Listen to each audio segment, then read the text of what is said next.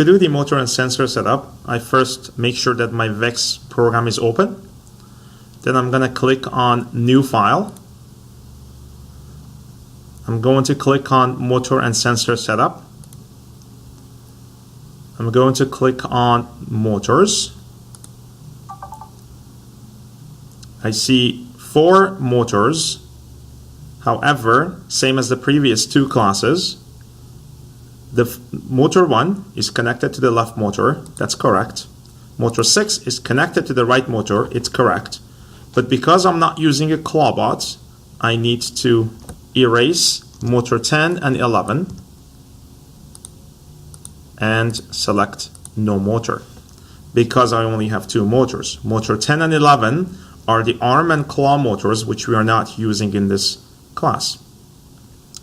So this is my motor setup. Then I'm going to go and click on devices. Remember, the sensors are in devices. So last time we used the bumper sensor, but today I'm using a color sensor. So I'm not going to touch port 1 because that's my motor.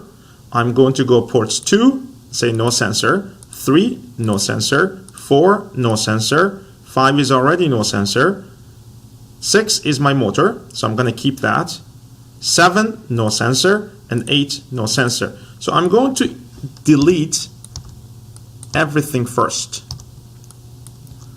Now, if you remember, I connected my color sensor to port 3.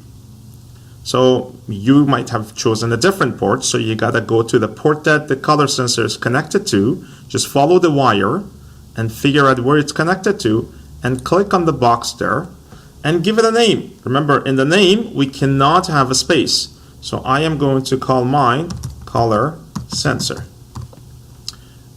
And more importantly, I gotta go to the no sensor and select color sensor, and I have different options. I have hue, grayscale, and color name.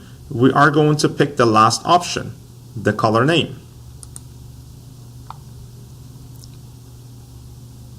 So to double check, in the motors, I have 2 motors,